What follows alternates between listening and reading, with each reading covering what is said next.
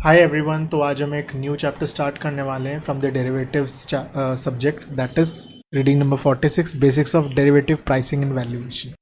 Make sure you have watched the previous chapter, then only you will be understand this one, right.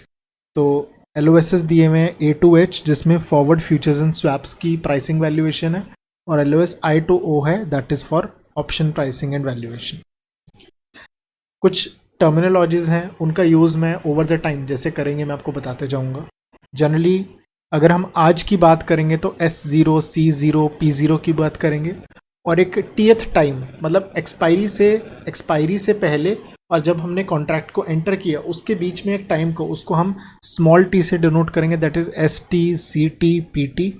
And the last time that is the expiry day, तो उस case में हम उसे capital T से denote करेंगे, that is ST, CT and PT, right. जब भी हम बात करते हैं ऑप्शन की, ऑप्शन में प्राइसिंग एंड वैल्यूएशन एक ही होती है। You guys might be knowing about this thing, since option is a contingent claim, so option premium या ऑप्शन प्राइस या ऑप्शन वैल्यू एक ही बात होती है। एक्सपायरी वाले दिन जब भी हम बात करते हैं मैच्योरिटी के time, value of a European option is equal to pay off, और सेम अमेरिकन ऑप्शन के लिए भी सेम चीज होती है। Yes, value of CT and value of PT, as we all know, ये हमने लास्ट चैप्टर में पहले से डिस्कस किया हुआ है, that is 0 or ST minus X, and the put is 0 or x minus ST। If you are not very familiar with this thing, make sure you have watched the previous videos. Exercise value, time value और moneyness की हम बात करेंगे। जब भी हम बात करते हैं, एक एग्जाम्पल के थ्रू ही डायरेक्ट स्टार्ट करते हैं। एक स्टॉक है जो कि इतने रुपीस का चल रहा है, और एक स्ट्राइक है जिसकी हम बात कर रहे हैं 800 की।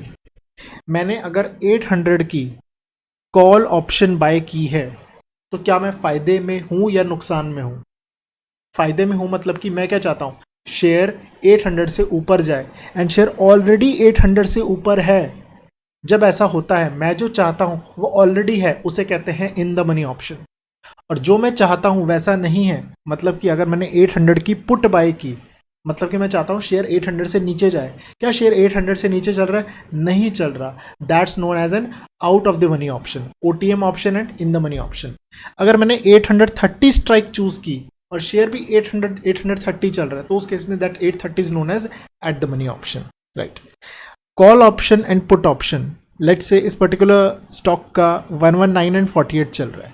इसमें इंट्रिंसिक वैल्यू कितनी है? इंट्रिंसिक वैल्यू मतलब अंदर की वैल्यू कितनी है, जो मिनिमम, मतलब शेयर तो ये जो ऑप्शन है कम से कम इतने का होगा ही होगा, दैट इज 800 चल रहा है। मैंने बोला कि ये शेयर 800 से ऊपर जाएगा, और ऑलरेडी ये शेयर 30 रुपीज 800 के ऊपर चल रहा है, तो that 30 rupees in built value, that is known as intrinsic value. Let say मैंने इसकी पुट बाई की, मैंने बोला 800 से नीचे जाएगा, लेकिन 800 से नीचे नहीं चल रहा, तो कितनी इसकी इंट्रिंसिक वैल्यू हुई? 0।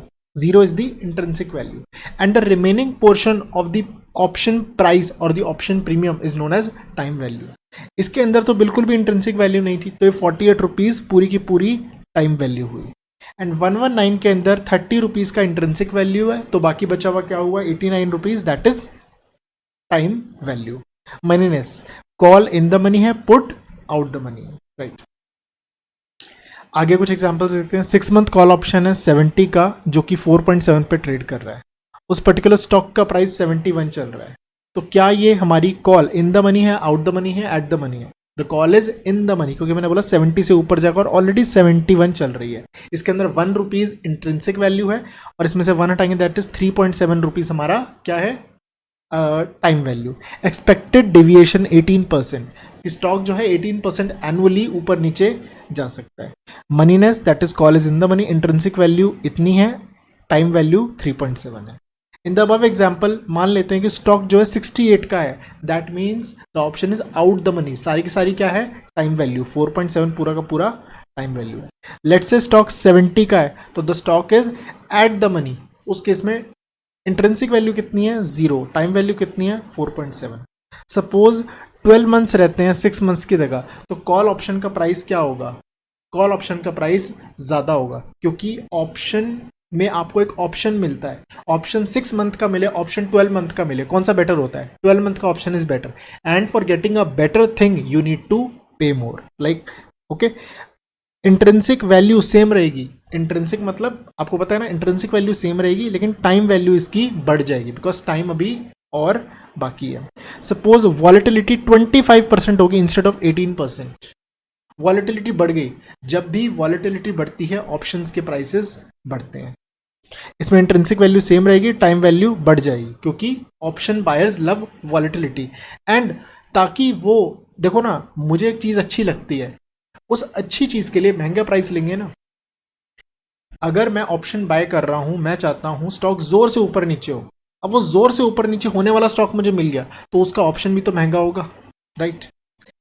और अगर एक ऑप्शन सेलर है, ऑप्शन सेलर को पता है यार स्टॉक तो बहुत ऊपर नीचे होता है, वो ऑप्शन सेल ही नहीं करेगा, लेकिन उसको दिखेगा अरे प्रीमियम बहुत पैसा मिल रहा है मुझे इसमें, तब वो सेल करने के लिए इंड्यूस होगा। तो दोनों पार्टीज ताकि इस कॉन्ट्रैक्ट में आए, उस केस में इस तरीके से चीजें बनाई जाती है। 6 मंथ का पुट ऑप्शन है 800 का जो कि 72 पे है, स्पॉट इतना है, स्टैंडर्ड डिविएशन इतना है। आपको मनीनेस बतानी है, इंट्रिंसिक वैल्यू बतानी है, टाइम वैल्यू बतानी है, वो आप कर सकते हैं।